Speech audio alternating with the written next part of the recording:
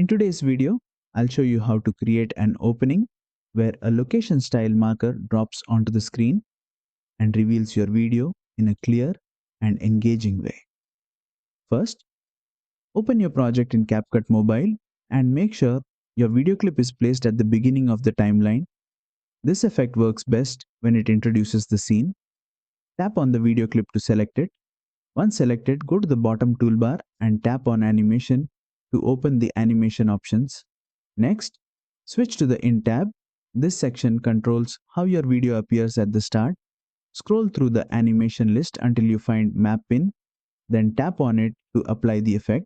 Once applied, a pin-like marker drops into place, revealing the video underneath with a clear and focused motion. To control how sharp or smooth the drop feels, use the duration slider. Shorter duration makes the drop quick and impactful. Longer duration slows it down, making the motion feel more deliberate. Preview the animation and adjust the timing so the pin drop aligns well with your content. And that's it. You've successfully added a map pin reveal animation in CapCut Mobile. If this tutorial helped you, don't forget to like, share, and subscribe for more CapCut Mobile animation tutorials.